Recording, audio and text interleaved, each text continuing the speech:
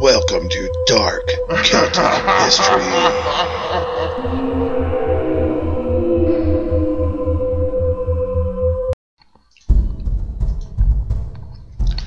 The Ghost of Glencoe.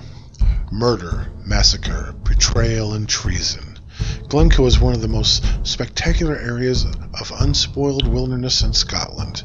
There's a haunting quality about the moor-clad mountains that stand as sentinels over the 8-mile-long glen which runs from east to west along the northern border of Argyll.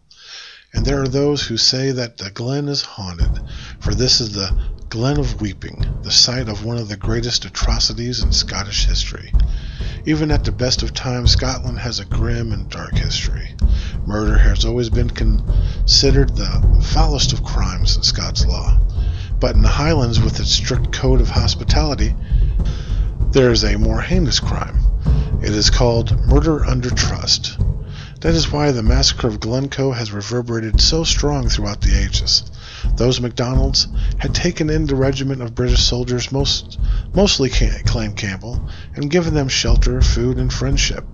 And this is why the spirits of the slain MacDonald clansmen are said to return to the Glen of Weeping from time to time, but especially every year on the anniversary of that fateful day, the 13th of February, 1692.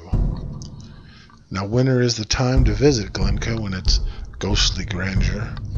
The low-lying sun makes the mountains appear in their starkest and most forbidding. Shifting mists create an eerie, otherworldly quality to the landscape. However, early in the morning of that 13th of February, the anniversary of the massacre, the melancholy presence of the murdered MacDonalds is felt most keenly. On this day, people have claimed to have glimpsed ghostly shadows of the fugitive clansmen crouching among the crags.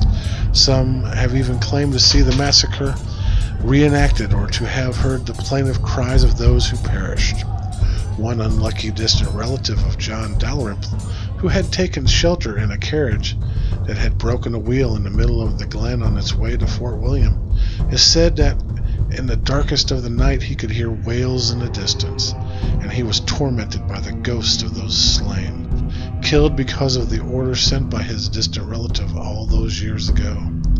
That frightful night haunted the man, eventually driving him insane before taking his own life by hanging. The wailing is eerily reminiscent, and it is said that the atrocity could have been even more extensive were it not that the Konig of the MacDonalds was heard wailing on the eve of the Glencoe massacre.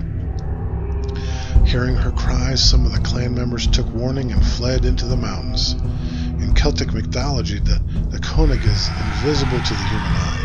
Her presence is revealed by her heart-stopping wails. She will be heard crying at a waterfall on the night before calamity overtakes her clan. Now, for 300 years, the Nine of Diamonds, which is kind of an odd thing to talk about, but the Nine of Diamonds is in a deck of playing cards, has been known as the Curse of Scotland. A number of stories had been proposed to account for this, but perhaps the most persuasive is that the family crest of the Dalrymples of Stair contains 9 diamonds. The Englishman responsible for the orders to massacre the MacDonalds was named John Dalrymple, Master of Stair. Stair's last political action, though, was in the debate over Article 22 of the Act of Union concerning Scottish representation in the unified Parliament. Article 22 provided for Scotland to be represented in the new Parliament of Great Britain by 16 of its peers and 45 members of the House of Commons. It provided for Scotland's peers to have the same rights as English peers in any trial of peers. Many believe that this is a half-hearted effort on his behalf to make some sort of amends for what he'd done. The guilt was just too much for him. And since he never really received any punishment for his atrocities, it is also said that by numerous servants of his that a mysterious wailing could be heard for 2 nights after the 7th of January 1707, when the approval of the Act of Union was made, and he was found dead just 2 days later in his lodgings, allegedly of apoplexy.